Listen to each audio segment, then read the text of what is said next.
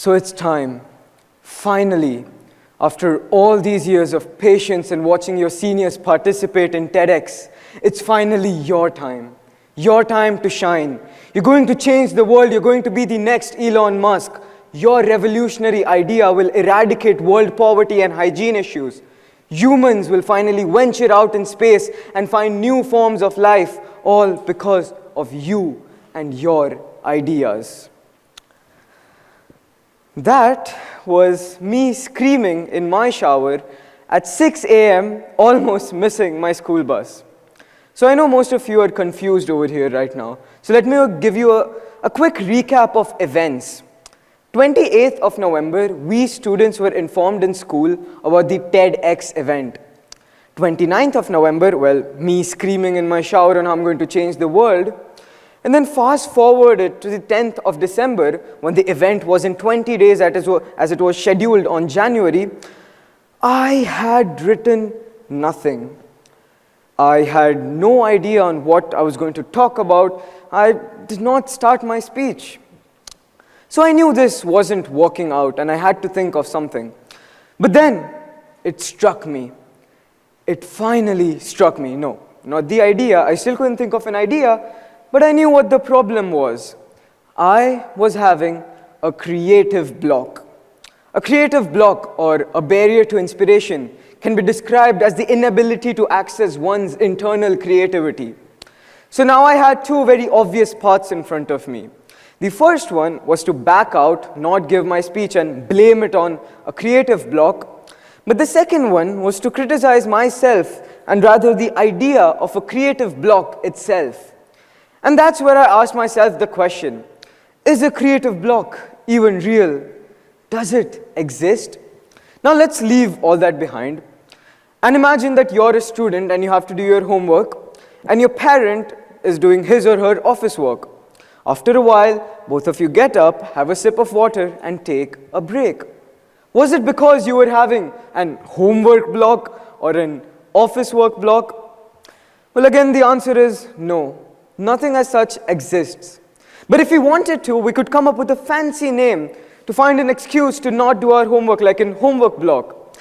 Ladies and gentlemen, I hate to break it to you, but that is exactly what a creative block is. It is not real, because what our mind needs is a break. We just need a break. It's what our mind thinks is what we believe. Now, I have a small activity for all of you. Close your eyes and imagine that you're a very famous writer and you have to publish your new book. So you sit on your big, comfy couch and start writing the first page of your book. Now, would it be so easy to write? In my opinion, no. Because your brain knows and it is trained to believe that couches are for sleeping or resting rather than doing work. Now keep your eyes closed and imagine that you're a professional writer writing for a magazine company. You dress yourself, you take a suitcase to work, you have a 9-to-5 job and you get paid for it. Now ask yourself the question again. Will you have the excuse of a creative block or a writer's block? The answer is no. Because your mind knows that it's a necessity to work. So now we know that a creative block does not exist. We need this paradigm shift. Unlearn and relearn. Unlearn the fact that there is something known as a creative block and relearn to train our minds into thinking and taking appropriate breaks and working as if it's a necessity. It was about June 2019. I was, I think, 12 years old, the first time I tried to start writing. On the first day, I wrote 12 whole pages, and I was so excited about it. I converted it into a digital document. I searched for publishers.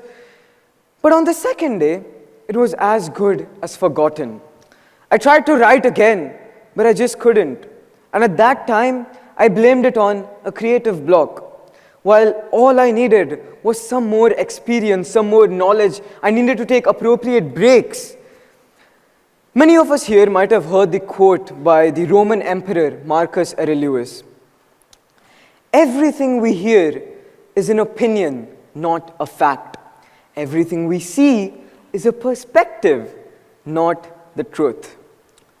Based on this quote, Hannibal, who was a Carthaginian statesman, led his army through the great Alps mountains during the night. He told his army that these were not the great Alps mountains, but were rather plains and can be easily crossed. His army, who were blinded by the night, followed Hannibal. And come daylight, the army had already crossed the Alps. Now, if Hannibal would have told his army that these were the great Alps mountain and crossing through would be very hard, many of them would have been demotivated or dropped in confidence levels. But he didn't. Over here, Hannibal is you, and the army is your brain. You need to trick your brain into thinking that whatever you're doing is a piece of cake. It's cakewalk now. Don't start drooling. You won't get cake after you do your work. But yes, your mind knows that if the work it's doing it's easy, it will work even better and faster. So the next time you have a creative block, or you think you have a creative block, just remember these 3 very simple steps. Firstly, take a break. Secondly, work as if it's a necessity. And lastly, motivate yourself, because that's all you need.